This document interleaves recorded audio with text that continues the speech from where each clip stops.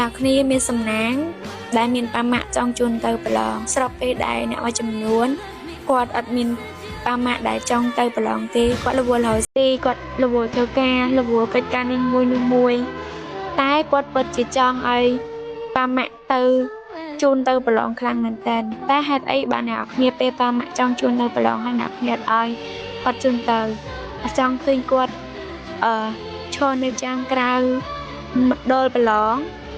បបាពីលោកភ្លៀងមកចំ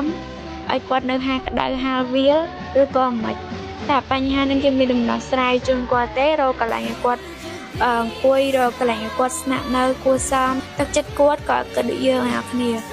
ជាងខ្លាចគាត់ហត់ជាងខ្លាចគាត់លំបាកប៉ុន្តែសម្រាប់គាត់គិតមកកាន់យើងវិញច្រើនជាងអីដែលយើងគិតទៅកាន់គាត់គិតថាកូនទាំងបីណាទឹកណីណាគេរកឲ្យហូបចាប់ពេលខ្យល់ចាប់ពេលស្រួលខ្លួនណាគេមើលកូនមានសពសារពើហើយកូនធ្វើបានល្អអត់មិនដែរមកជាមួយមកចៃខ្លាចអត់ស្រួលខ្លួនតែអីគឺគាត់គិតមកលើយើងច្រើនណាអញ្ចឹង